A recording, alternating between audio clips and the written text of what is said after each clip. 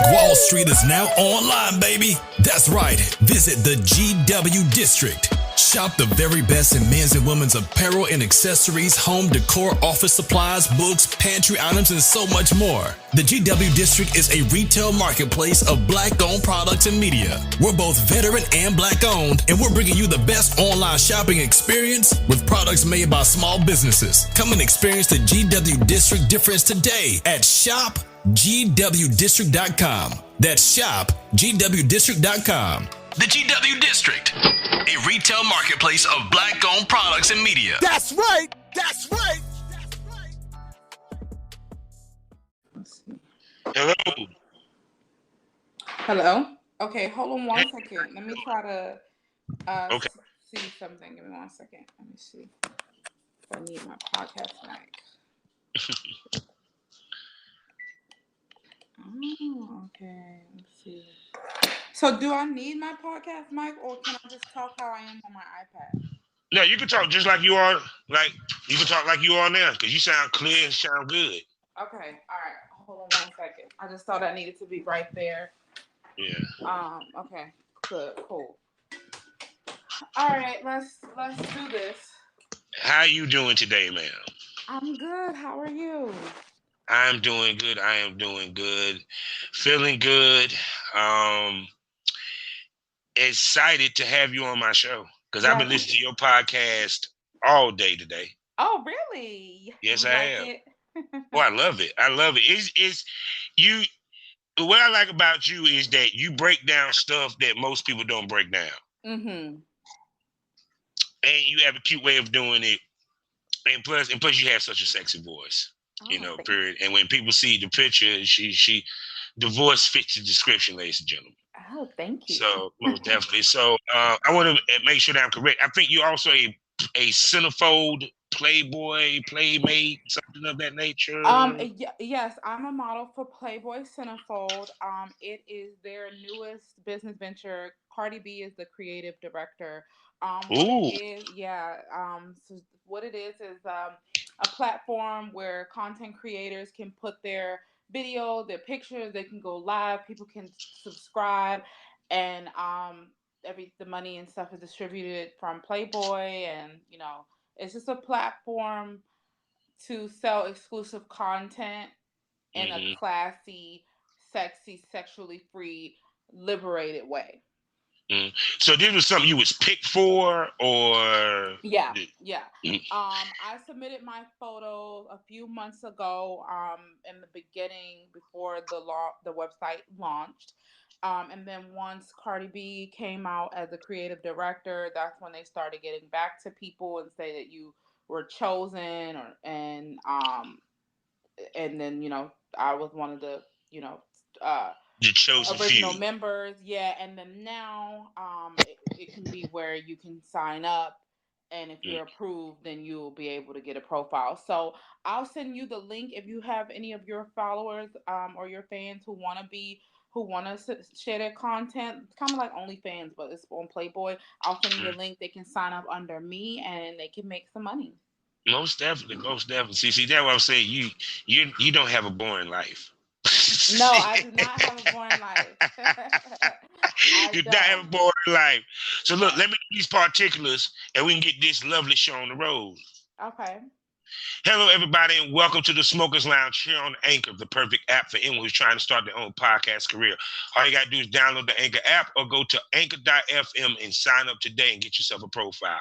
I'm your host, Kavanaugh, the Southern Champ, a.k.a. the Porn Rap Star. Y'all know what it is. Find all my links with one link, allmylinks.com/porn rap star.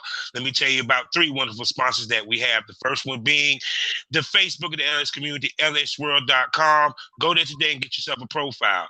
Also, let me tell you about Eroticism Magazine. Go to eroticismmagazine.com. Go there today, give a monthly subscription. You can get it paperback or digital, and they have some of the freakiest and sexiest ladies from around the world doing some wild shit in their pages. And last but not least, but black owned. I'm talking about xsitebunny.com. For content creators, go there today, get a profile, get 90% profit back. If you need healthcare, they got you covered on that. And you don't have to worry about getting bumped off for your content because no matter what you put up there, they accept it. And for you consumers, another place for you to consume your adult content or whatever that tickles your fancy. And we're a proud member of the GW District Black Podcasting Network. I'm talking about multiple podcasts giving you the Black experience. Plus, while you at shopgwdistrict.com, experience shopping from over 500 Black-owned shop and retailers. Also, check me out on SkyhawkAfterDarkTV.com as well as SGP Radio. Now, I'm going to shove and let this sexy, wonderful influencer, boss chick, world traveler, drop dead, gorgeous, mommy, Playboy centerfold, introduce herself. Go ahead. Hi, my name is AlaiaKashBarbie or Kashmere. You can follow me on Instagram at AlaiaKashBarbie, and I'm the owner of Kashmere Uncensored. My podcast is on Apple and Spotify. Yeah.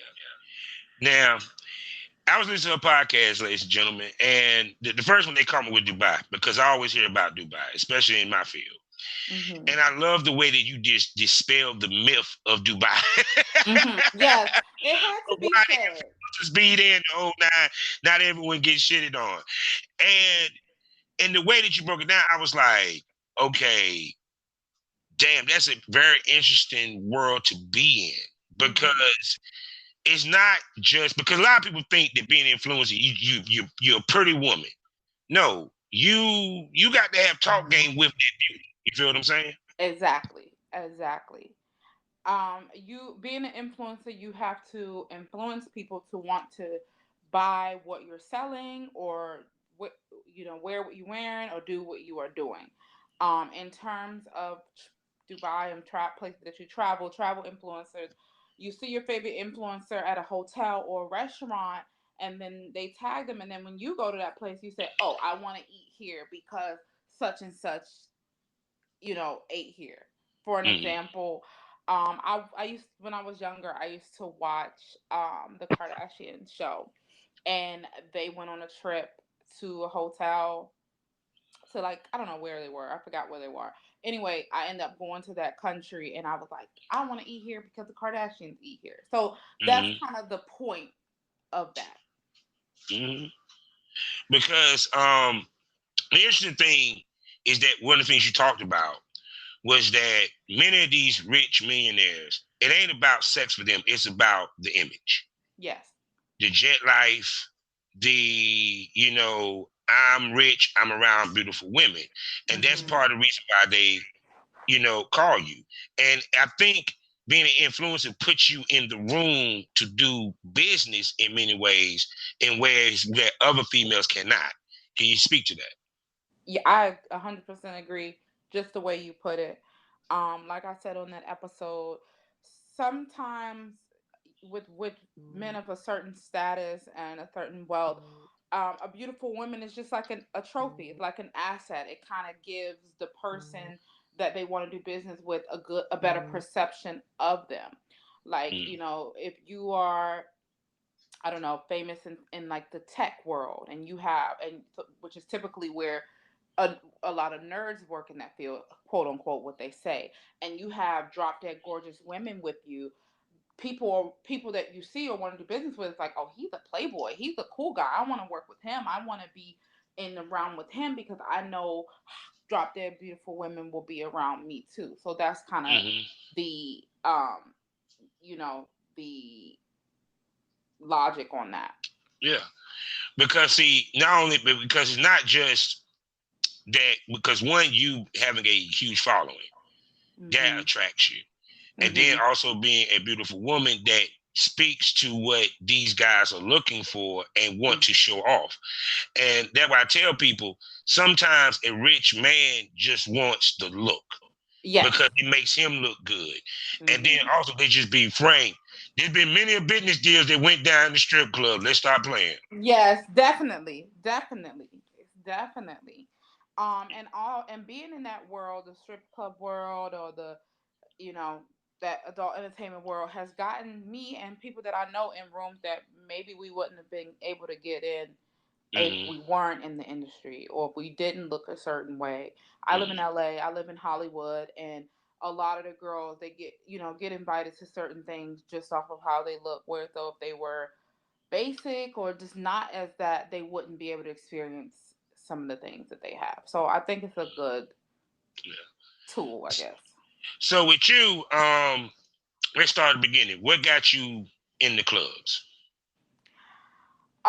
So I started dancing straight out of college. Actually, I was still in college. I was on my last semester. I had zero financial aid. I had no money left, and it was either go to the club. Well, actually, I wanted to work as a waitress in the club. That's what I Mm-hmm. applied for. To Mm-hmm. be a waitress because I wanted something where I can work at night because my class schedule was crazy during the day.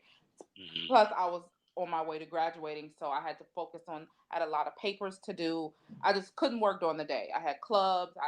I tutored for disabled kids at my school too. So I'm like, whatever I do, it got to be at night.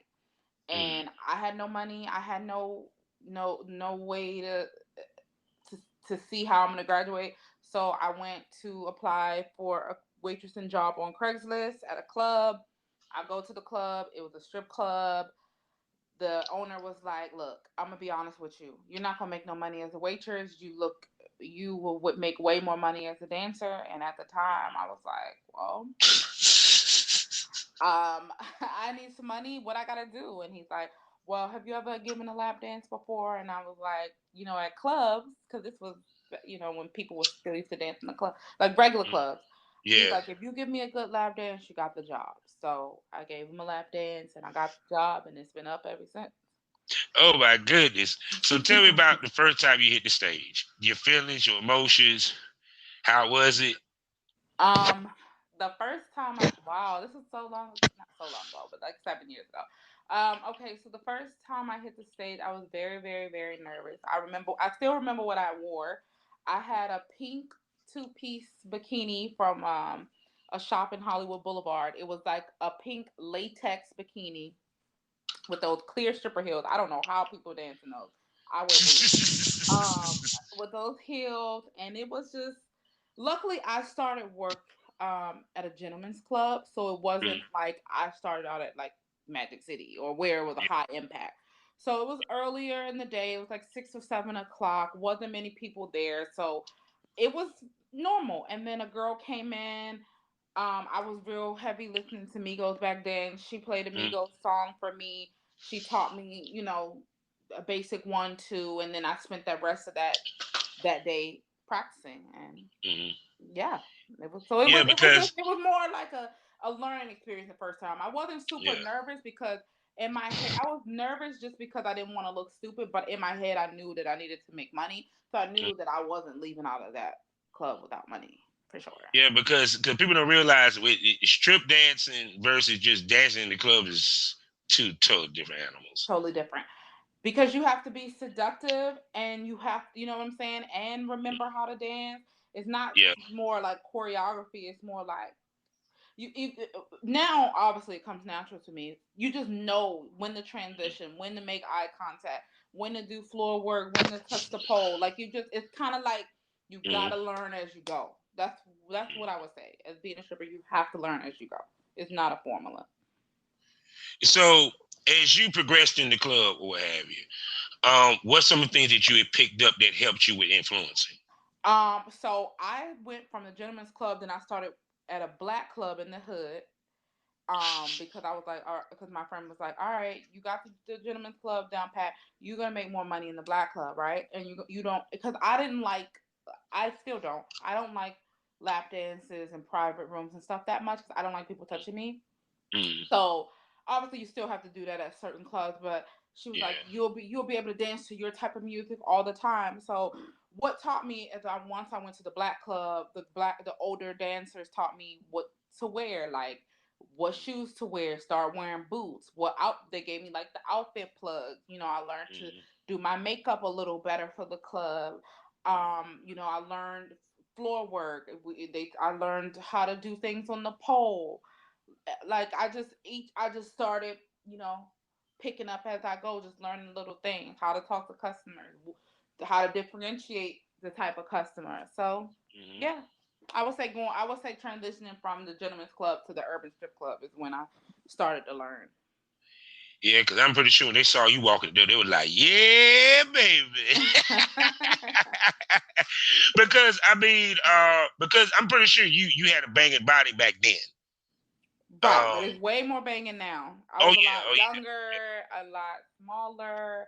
I didn't have my titties done then. It was just I was kind of like a fish out of water. So I definitely learned to like, okay, girl, when you get some money, get your titties done. You know, and then and that's when I was like, okay, now I need more ass and whatever. So that's definitely something in the strip club world. Plastic surgery is like that's kind of like a trophy. Like that's when you know you're making money when you can afford to go get shit done. Yeah, because you had spoke to in one of your episodes discussing that it made the competition higher when girls start doing that in the club. Speak to that. Because all right, I started dancing like 7 years ago, right? Only top girls were getting surgery. Only top girls were getting their boobs. Top girls were getting BBLs and boob jobs and stuff. And celebrities. It wasn't every stripper bitch you know got their ass done because it wasn't $2,000 to get your body done. $3,000 when I started. Even with my boob job, my boobs. I got my breasts done in Beverly Hills. My boobs cost $10,000. Now you can literally get your boobs done for $3,000 and $2,000. So, I always like to I'm a learner, and that's in everything in my life, not just the club, but just like every industry. I like to learn from people who are older than me. Comes from just like me just spending more time with older relatives in my family. So I would always cling to the older dancers, and I would notice that the older ones were making money. The girls who were making money was the girls with work done. So I was like, well, I want to make money like them. Let me see where they're going. Let me see what they're doing. And that's how it because it seemed to me, because I had this conversation with numerous females, that sometimes they don't respect the experience. Right. The experience. And a lot of times, like when OnlyFans popped off, girls were jumping on OnlyFans because they saw other girls doing OnlyFans, but didn't understand how we're doing OnlyFans. Yeah, you get what I'm saying? And I have close friends who did it. I made an OnlyFans page, by the way, but I didn't go through with it because my friend was like, I gotta get fucked on camera every week. I gotta make new content. If I don't make new content every week, they be messaging me. They'll unsubscribe. Them girls put a lot of work, hours and hours of work. It looks easy, but it's not. It's not. By no means, and for a dude that was in the porn business for 15 years, no, it's not easy. By no means. Oh wow. Yeah, it's not easy. It's work. It's workout, work. You whatever you want to call it. Right. Because I know for a fact that, like, because I had OnlyFans for a second. I didn't like it too tough, so I ended up stepping away from it. You know what? That's shocking because most people that I know that have done porn, they like OnlyFans better because they keep all their money. Yeah, but see, to me, it was about to me being able to get surfing fans, people that never seen you before, that just go on the site and surf. I ain't like the fact you couldn't do that. I ain't like the fact I couldn't tweet anything. The stuff that I use and the tools that I use to sell on a site, I couldn't do with them. So that's why I didn't necessarily like it. So to me, it's not about the percentage. It's about the navigation of the site and how much my fans could appreciate the site versus I'm just jumping on because everybody jump on it. Right. Okay, that makes sense. That makes sense. Yeah, I rather work smart, not hard. Right. Me too. Because, that is my MO. Work smart, not hard. So, because I was sitting there like, man, this would be better than being everywhere. It was just, it's like, boy, being an influencer look very well for you, period. Because a lot of girls, they want to be influencers. A lot of girls say they are influencers. In your opinion, what makes an influencer? What makes an influencer? Someone that when you put on a shoe, it sells out. When you get your hairstyle a certain way, people get it. When you say, hey guys, I'm at this spot, try it, people try it. So when people want to look like you or be like you or experience what you experience, that makes you an influencer. So when did you get pulled into the influencer world? I don't even consider myself even in the world yet how I would love to be, but I don't know. Shit, I can't tell. I just post content and I just get people. I would say I'm a macro influencer, and I say this because there are girls with way more followers than me, but sometimes there might be girls that have followers, but no one's going out to buy the things that they buy or go to the like for Mm-hmm. me. If I tag I've done a study. If I tag a hairstylist, they get bookings. A lash artist, they get bookings. I recently got sponsored to get my teeth done. They got bookings. You know what I'm saying? And I don't have as many. I don't have a million followers or even 300,000 followers. But when I do something and I tag, people do it. When I go to a Mm-hmm. restaurant, a couple weeks later, I see people do it. Yeah. I get my hair a certain way. I see Mm-hmm. bitches at the club. They come back with it. You know what I'm saying? Mm-hmm. So I know that my influence is not just on Instagram, but just me. Like I said, by me being in a club, I feel like I'm just a influential person. Mm-hmm. And see, too, also what I love about you is that you chocolate, right? Because we Yeah. always hear this colorism shit, right? But Oh, you, that's a but, big thing. yeah, but you killing it in you chocolate. You get what I'm saying? Yes, So thank it's you. like, so how did you get started in influencing? In influencing? I just was like, shit, I'm cute, and bitches is making money off social media. I need some of that money too. That's literally what it was. And So it's no deeper than that. Like, I mean, I'm late. I feel like if I would have I put a lot more effort now into like my pictures and my videos and my content now than I did a couple years ago when I first started Instagram. I used to just post shit every now and then. But now when I realize, look, this is a big business, and I do a lot of business on Instagram promoting my podcast. I got a lot of bookings, club bookings from it. I've mm, gotten jobs at strip clubs like, hey, can I come work? Off of my Instagram. People sometimes pay me to post them on their story. I got flown mm, out a few times because of my Instagram. So when I start realizing like, bitch, this is a lucrative thing. mm, I got free clothes before, discount on hairstyle, discount on lashes, whatever. I was like, okay, this is something that I need to put more effort in because I mm, can make money. So yeah, that's what got me into the lane, knowing that mm, this is how people really make money. And I've seen people who I knew that were regular and they're making fucking six figures off of social media. So I was like, okay, it's mm, time. mm. Now to make this clear so people can understand, you do not do no adult film. I do not do adult film, no, never have. So y'all can understand this. See, I Nothing like to against show. it though. I'm a Yeah. I have a weird obsession with porn girls and porn stars, but I wouldn't do it just because of Why my you say a friends. weird exception? Just because like I'm friends, like I've known porn girls that worked in the club because when the industry got slow or lackluster, they came in the club. Yeah. I'm really good friends with a top porn star. Um, Mm-hmm. she is I can tell you her name off camera, but Yeah. she's a top black porn star. She makes a shit ton of money. Not too nice car, nice house, her own business. She's just a fucking boss bitch, and I'm like, wow.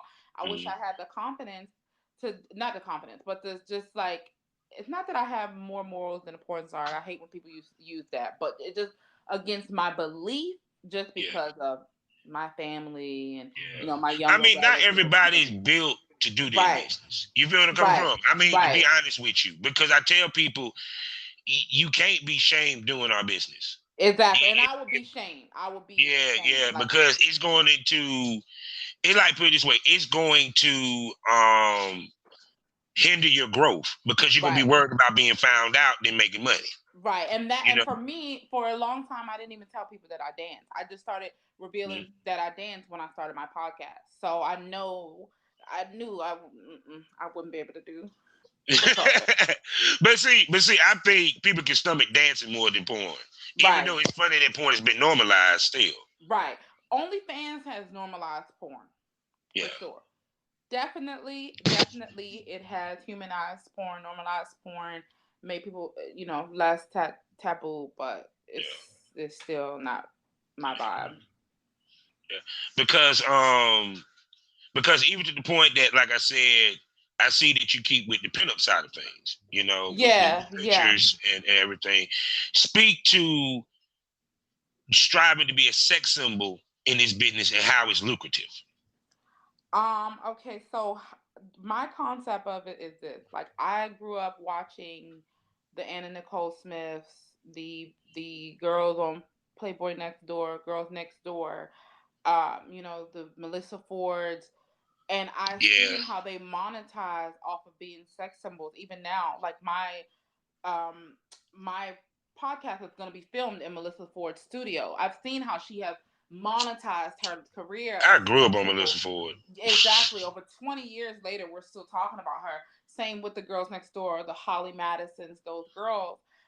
When I was growing up, when I was in like middle school, high school, I used to be like, I want to be able to make money by being pretty and sexy. What I don't Mhm. care how I'm gonna do it, but I'm gonna do it. And I just realized that you being sexy, being a sex symbol gets you far. Like they say, sex sells. You look at the famous musicians and Mhm. actresses; they are typically the prettier, the sexier. They're able to sell. Brands want to work with them. People want to pay them to just be in the room. So I just felt like being a sex symbol is very lucrative. Yeah, most definitely. So now, also being that you traveling that world, you spoke of being on yachts. God, I was just sitting there just listening like I could live like this. I've never been on a yacht. Like being around athletes and stuff like that, being in the room, do the guys respect you? Because I know that sometimes these dudes act like asses because y'all are there. And they think hmm because, and there's a misconception that porn stars run into, that y'all not intelligent, knowledgeable women Right. that have Well, respect, that have morals and the whole nine. How do you navigate that world? okay, so I can't speak for every single person, celebrity, every single athlete on Yeah. how they treat different girls. Mm, But I will say this: living in LA, I've been in a lot of different rooms. I've been on different video sets. I've been to a lot of celebrities' houses, their parties, all that kind of shit. And I just feel like they treat you how you perceive yourself. If you put yourself out there like a groupie, that's how they're gonna treat you. If you put, for me, when I walk into a room, I can walk into a room with a big celebrity. Like the other day, I was in I'm just chilling at this big celebrity's house with my friends.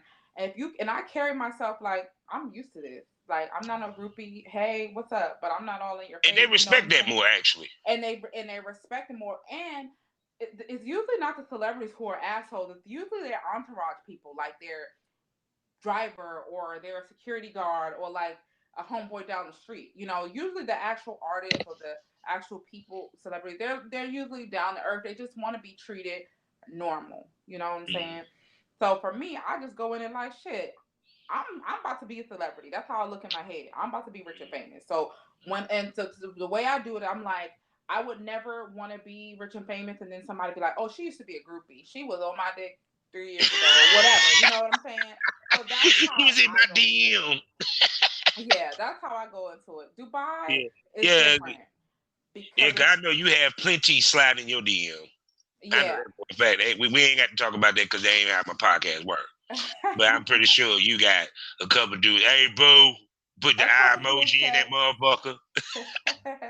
A couple blue checks, but I think because I'm getting older, so I'm not really like, what's the word, super happy about that stuff anymore. Like when I was Yeah. younger, I moved to LA when I was 18. So when I was younger, things like that Mhm. would have been like, oh my God, Yeah. like 20, even when I was like 21, 22, if that stuff would have happened, the stuff that I've experienced now was happening then, because I do have friends who are a lot younger than me and they experience that and they do act like groupies and they do act like, a kid in a candy store.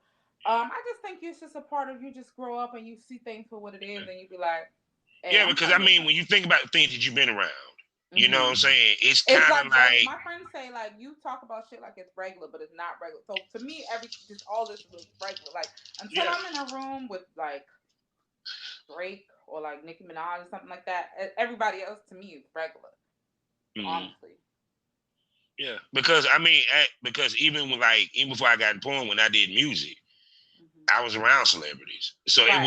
it was like kind of like, okay, he's no different than me. Yeah, I'm actually trying to get to his spot. If you want to be honest. Exactly, and that's how I look at it. And then also by me being close friends with people who have a bit of fame and stuff, they don't really have as much money as they portray. And I've been around like real money, so that also Yeah, be making me be like, this is all a facade. yeah. I mean, it has to be because that's part of the allure. Yeah. Now, I'm not gonna say all of I'm them sitting don't there have sounding money. like that dang Medea allure, Right. but Right. I'm not gonna say they all don't have money, but sometimes the people that you yeah, think have all this money, they're not really living how you think. yeah. Because it's like when I tell people, like when I hear motherfuckers say that certain rappers got money, I said no, they don't. Yeah. Because like I tell anybody, when it comes to music business, it's a loan. Mm-hmm. That's what it Exactly. basically is.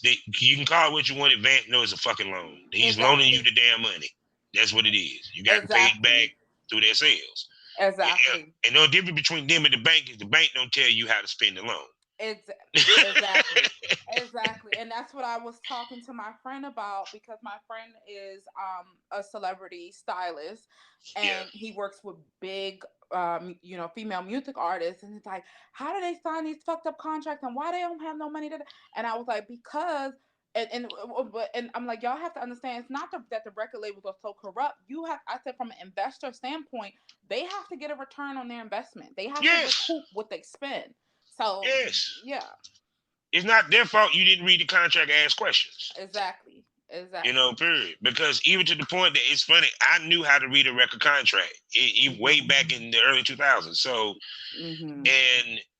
and to me, that's the difference between.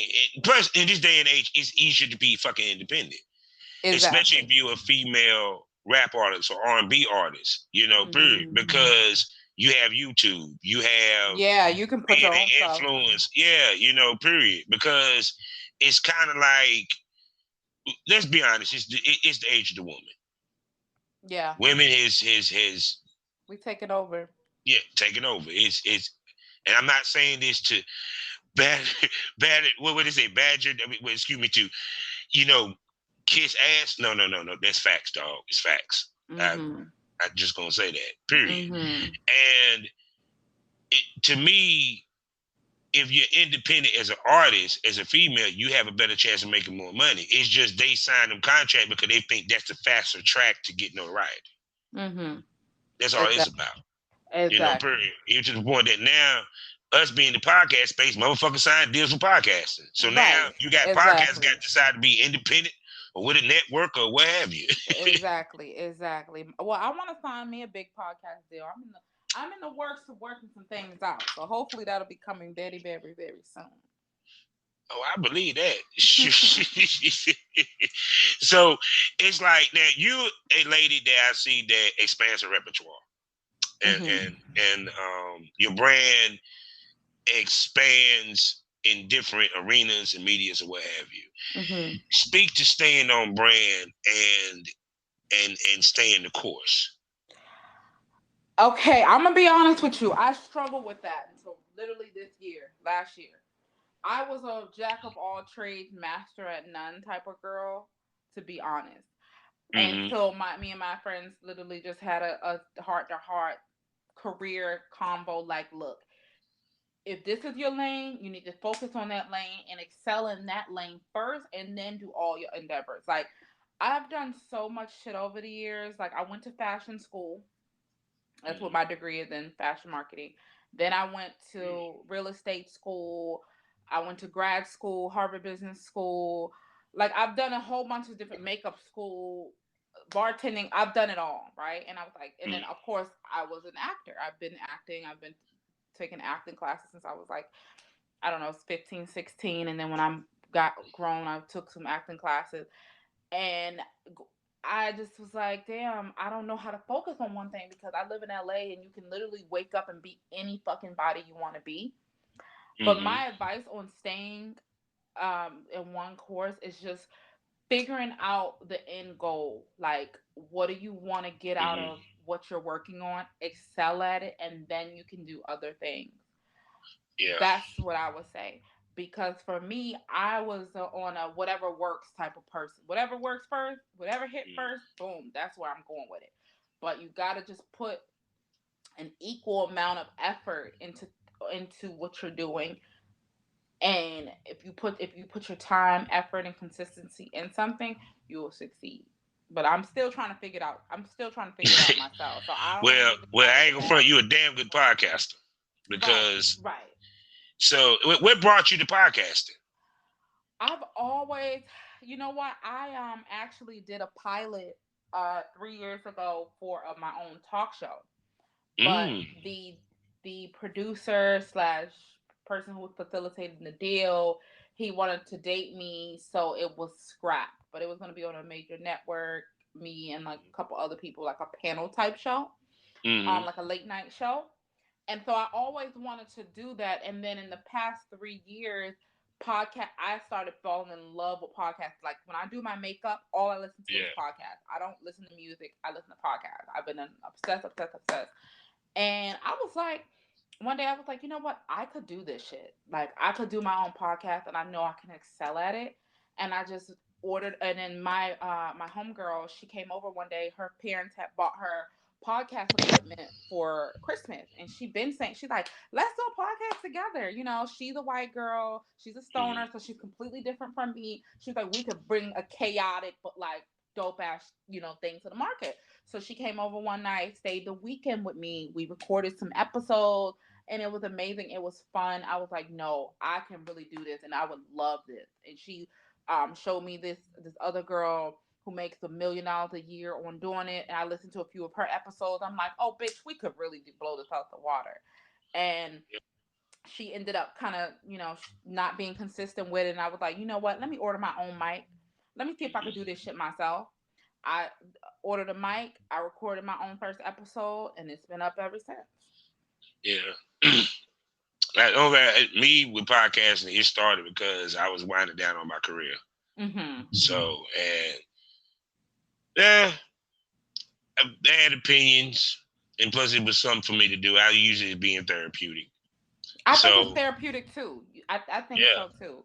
It's yeah. very So therapeutic. now the only thing is I tell you about it is how my podcast grew organic because I had no idea what the fuck I was gonna do with it. Mm-hmm. Mm-hmm. It's just the way it is now. It's just that it came about and stuff. So it's like, have you noticed how much you became a part of people's day and how much they want to hear your stories? Yes, I have noticed that. Like people say, when is the next episode coming out? I'm looking forward to it, and I love that because my formula with my podcast is be the type of podcast that you would want to listen to. Like I would listen to a whole bunch of different podcasts for different reasons. I kind of wanted to be like that all in one type of podcast.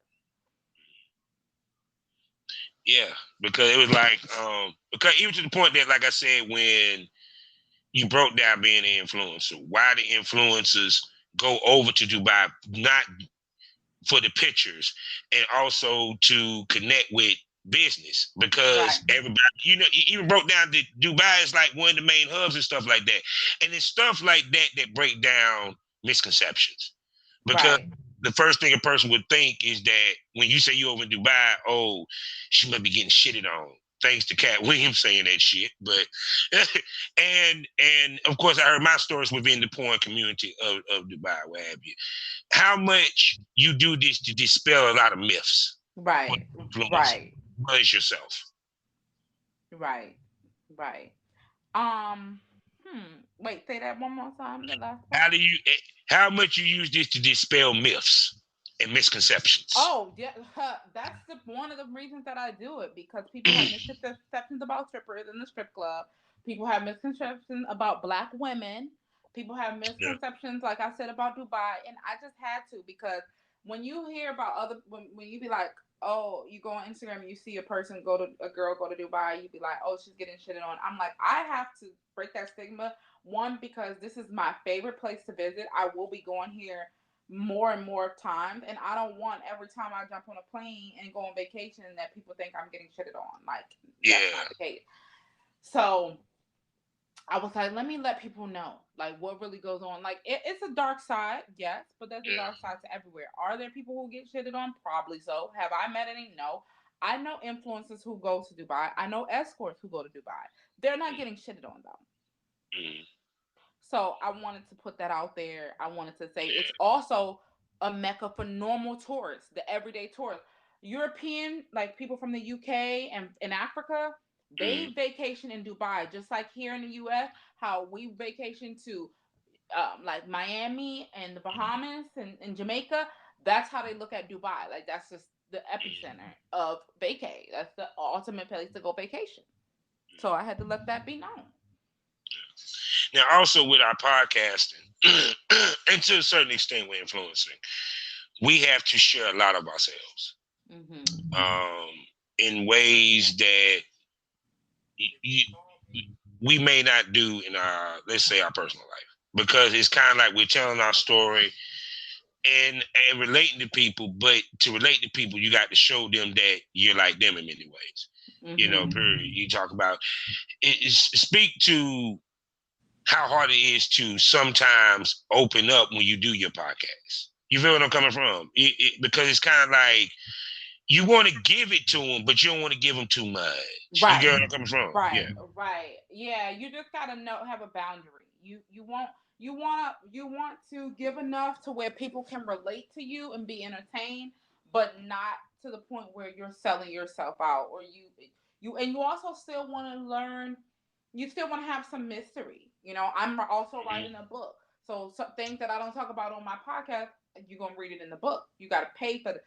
Sometimes I want, Yeah. not that I want you to just pay, but I want to be able to benefit from putting it all out there and being super transparent. Yeah, cause you got a story for days. I got stories for days. Exactly. You got a story for days. So what? So where else do you like to travel to other than Dubai? I like Guam. Mm. That's one of my favorite places. It's in the middle of between like Japan and Indonesia, over there by Korea. I danced out there in Guam. It's like a secret hideout. Not a lot of people know about it because it's mostly military guys, and it's just a home away from home. I feel like I'm on a TV show when I'm out there. I feel like all my problems and the shit that I go through here in US, I don't have out there. Like it's just a whole new world. So definitely Guam.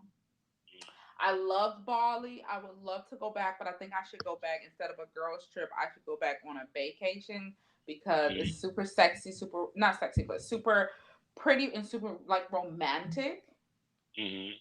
So I would say those are my top three places, and I have some places that I'm hoping to go. If I want to go like get drunk and party for cheap on vacation, Mexico is my go-to for that. Cabo, Cancun, or Puerto Vallarta. Yeah, I got to get to traveling. Yes, you gotta get on a plane. What's stopping you? I get around to it. I get around to it. That's right. You know, Okay, that's right. you know, because to me, I said when time for me to travel, I be ready to travel. Yes, yes. You know, because but shoot, I mean, hey, it's a jet setting world. You know, Yeah. I just love it's something just about traveling that brings me so much life, and it just inspires me. I get inspired by different people, different cultures, because the world is so much fucking bigger than the US. You Yes. know what I'm saying? So I definitely feel like I'm very much more worldly and a lot smarter and open minded because of my traveling endeavors. So now you said you have content. Now, what type of content do you offer to your people? My Other than of Playboy course site, pockets. Yeah. just like sexy pictures of me in lingerie. I have like one or two nudes, but tasteful. Like, when I'm out on vacation, I want to do a sexy pictures in the hotel, nipple pics, like just sexy ass photos. I don't have that many videos yet. I have to record some. I'm waiting for my new ring light to come. When it comes, I'll probably do like some twerking videos. I wanted to do like a shower video. I think I'll probably do like a shower video, like just record myself taking a shower. Just stuff like that. I'm sorry if I'm imagining things, so please forgive me. That's fine. You see, So, the thing of it, it's kind of like with it's something that someone told me. They said the baddest stripper is the stripper that makes the most money without taking off her clothes. Right. So Definitely. in that case, you one of the baddest women on the net. I just feel like for me to get naked, it gotta be a big check because I don't mind showing my titties. I don't mind wearing a thong. I dress sexy. I don't mind none of that dancing, but like naked, I gotta get paid. Even people seeing me twerking, like all these like TikTok twerk challenges. I see a lot of girls doing. I'm like, I'm not doing that shit for free. but see, the thing of it is that like really it's more for them to try to go viral and get known. Right. And you're not in that position to where you're in a better position per se. Right. Because like I said before, you're where a lot of girls like to be. Regardless of girls want to sit here and joke about Dubai, a lot of motherfuckers wish they can actually get flown there for free. Exactly. I actually have somebody. You're getting flown there for free. You're eating for free. So a lot of girls wish they could do that. Right. Yeah, because Dubai is not cheap. Yeah. And when I travel, I only like to stay in 5-star hotels. Mm-hmm. And I need a first class flight. Like if I'm traveling, especially, places like that. So it's levels to that shit. Now I'm gonna ask you this question. Because you a lady. And we always talk about, I've been hearing in the manosphere the high value man, right? Uh-huh. I have my thing. I call a woman a high value woman. Mm-hmm. She is the equivalent to what a high value man is, right? Mm-hmm. Now, the question I would ask you, would you date a man that made less than you?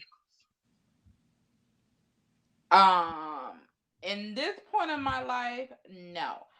Because I'm still trying to get financially comfortable and stable. I'm still on a grind. I'm still trying to build my riches. So I don't want to date someone who makes less than me because I need you to pick up where I'm slacking. So absolutely not. Not at this point in my life. Also, I'm used to dating men with money. So I don't want to go backwards. There's no going backwards. It's only going forward. Now, I'm going to tell you what's funny, right? I'm going to tell you what's funny. Now, the manosphere, a lot of dudes probably got they be mad as hell about that conversation, right?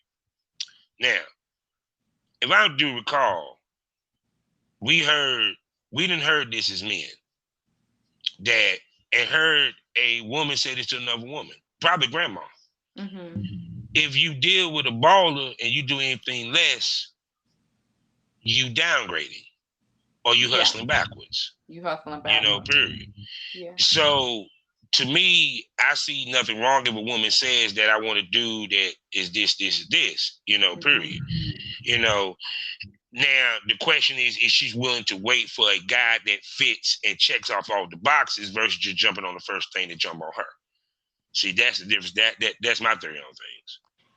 See, that's tricky though, because it depends on what your box is. Like my ideal man, somebody who checked all my boxes is probably hard, is unrealistic.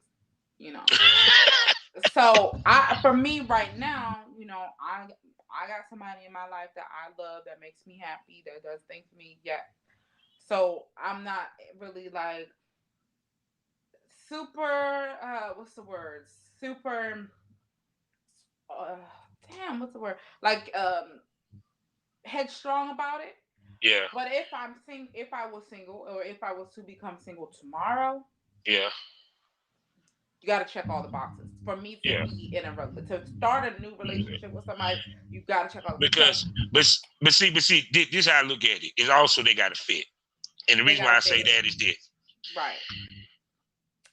You are a complex woman to a certain extent. Right. And the reason why, because you travel, you're an influencer, you're wanted by men and probably women at an equal rate.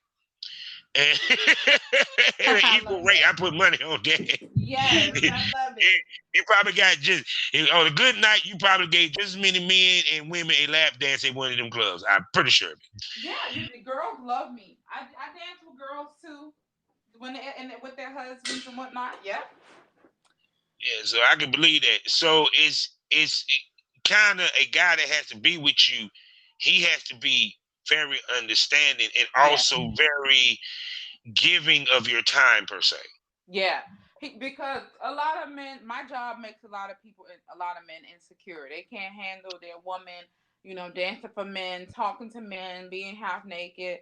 So you got to be a secure man. And if you're not a secure man, then you got to be able to afford to take me out the club. See, I like I said, I'm a different breed.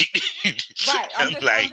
That's for me. I'm a different breed. She can dance on me. I'm like, yeah, baby, girl ain't crying. Go grind. Right. Yeah. But see, I've been in a situation where my ex was a millionaire, so I didn't have to work. And he said, I don't want. Wait a second. Your ex was a what? He wasn't like a multi-millionaire, but he was worth. I don't give a damn. He was a multi. He was a millionaire. Like $5 million. So I'm used to that kind of lifestyle. I'm used to a person saying that. Yeah, because people don't realize when, and like I said, it's not carrying the women, what have you. No, it's I get it because I'm 47, and I said this before, and I always say this: if a woman don't want a broke ass dude, would make a woman think we want a broke ass chick. Exactly. Damn it, you got to bring something to the table other than your good coochie and your cute face. No. Right. No. I might felt you might need to get me up. You might felt I need to get you up. Period. So it's kind of like, to me, a lot of things that we behold to, argue about, talk about, sometimes don't even make fucking sense if they think on the surface. Right. Period. Because it's kind of like, yeah, if I'm a woman that has a certain amount of success, I want my man to be able to either handle it or be able to equal it. Right. Yeah, because also here's the other part of when you deal with somebody less than you, them being jealous. Yeah. Them being upset. You know what I'm saying? It's kind of like, cause a lot of people get the misconception that ladies like you are single. My wife, when she was in the business, that she was single. Even though we made a point to perpetrate that, but that ain't the point. Because sometimes it makes more money than they think you're available. Right. Yeah. So to me, it's kind of like that's part of the reason why I do this podcast too, is that people don't realize how many of these male talents and female talents in adult film, the influencers, the Instagram models, or what have you, even celebrities are married. They have kids. They work. Yeah, they work. Normal. They just have extraordinary lives. That's the difference. Period. Because I know for what you do you get the side eye sometimes? I'm pretty sure you do. Yeah, definitely. Yeah, which to me is kind of messed up, because what are you doing so wrong? Exactly. My mama said it best: get it while you got it. Exactly. Because it's like this: why do people get mad when women make money off their beauty? Why? And it bothers so much. I see debates on Twitter about it. Why are y'all making? What's the issue? Why, if y'all could do it, y'all would too. I don't get it, because last I checked, a pretty woman can make a fish jump out the water and take a walk in the park on a sunny day. That's right. See, people don't realize that. Think about it. In a men's clothing store, there's a woman selling the clothes. In a woman's clothing store, there's a woman selling the clothes. In every car dealership, there's at least a good-looking ass motherfucking woman sitting there selling them the car. Right. Period. Beauty does sell, just like sex sells. Exactly. Yeah, trust me. When dudes see Kashmere, they want to spend money because she's a good-looking ass woman. That's facts. Soft and luxurious, like a cashmere sweater. I'm saying, that body, and you built like a brick house out of this piece. Thank you. It's a beautiful thing out of this piece. Trust me, if you came back in the day, you probably been in a whole bunch of music videos. I wish. I'm obsessed with the early 2000s video vixens. Like, I wish I was. Sometimes I be having my spells. I want to be younger, obviously, but I'm like, damn. Maybe if I was born 10 years before, I would have been the Melissa Ford, the Man. Bussy the Body, that type of chick. Buffy the Bar was my shit. I'm She sorry. is I so love her. fine. I love her. Oh my God. My favorite is Melissa Ford, Buffy the Body, Esther Baxter. Oh no, she did say Esther Baxter. Oh my Yes. God. I actually just listened to a podcast where the girl was talking about her life story, and I'm obsessed. She still looks good right now too. Yeah. It felt good to see Melissa Ford when I saw her on that reality show she was on that time. I was like, yeah, I'm glad she coming back. Yeah. Because she was like the original. She was the original, exactly. The original, and her and Superhead. I like Corinne Stephens too. I like. Yeah, I mean, you know, it like I tell people, it's beauty is business. Beauty is business. Exactly. Beauty is business. I mean, they're just facts. Because I mean, I came from a time where girls could actually have a membership site with nothing but pictures. Yeah. You know, regardless whether it's porn or whether it's IG, what drives products is beautiful women. Yeah, I agree. You know, and it shit, even in the podcast world, you better be good looking. You gotta be good looking, exactly. Cause y'all draw them in with the voice, but then when they see the face, that seals it. Yeah. He's gonna watch from here on out. Exactly. He gonna listen to the audio and see the video. Your subscribers, they listen, they see me. We gotta pick a good picture. What picture you gonna post? Oh no, I show you the cover. I think I sent you the cover. Your pinup boy. Your pinup. Okay. Oh no. Okay. You talking to a photographer here. I wanted to look like magazine-ish when I do my whatever, you know, period. Yeah. Love it. So no, but I know this much, Mama. We gonna bring you back for more episodes. Yes, I would love to come back, and I would love to have you on mine eventually. Oh, I'm down for coming. Because I want to interview you about when I do my porn episode. Okay. So okay. Let's do it. Let's do it. Most definitely. So with that being said, baby girl, tell them where they can spend money on you. Okay. You can spend money on me directly on Cash App at Barbie Black with no K. Or you can log on to centerfold.com, my Playboy site, /AlaiaKashBarbie. Subscribe and follow me for my content. Follow me on Instagram at AlaiaKashBarbie. And my podcast is Kashmere Uncensored on Spotify, Anchor, Apple, and YouTube. See, there you go. So I want to say thank you. And oh yes, I got to ask this like I ask everybody. Can I call you a smoke buddy? You can call, even though I don't smoke, yes, you can. Yes, my smoke buddy is my co-host for y'all to know. Yes, so. I could be your smoke buddy. Most definitely. see, if I ever come out to LA, we got to hang out, yo. We got to hang out. You got to show me everything. Let's do it. So with that being said, you know how we end this all day, every day. Life is a learning experience. What's the point of the experience? You didn't learn anything. Smoke this over. Thank you for coming to the lounge, Mama. Okay, bye. Hey, how you doing? Let me tell you about a great deal. Why don't you come on over to the Premium Smoke Room? There ain't no smoke like Premium Smoke. I'm talking about 4 premium podcasts. I'm talking about Miss Spit Queen and the Porn Rap Star. I'm talking about Pilgrim on Wrestling. I'm talking about Causing Havoc with Princess Havoc, as well as the Read Daily Report. Oh, I'm sorry, 5 STO Dark. Plus also extra premium episodes for some of the hottest ladies and gents in the business of porn. And all this for $4.99 a month. I'm talking about 5 to 6 extra episodes a week on top of the free shit that you get. So do the math. Great deal. Only on Spotify, only on Anchor. Come check me out. Come catch this premium smoke.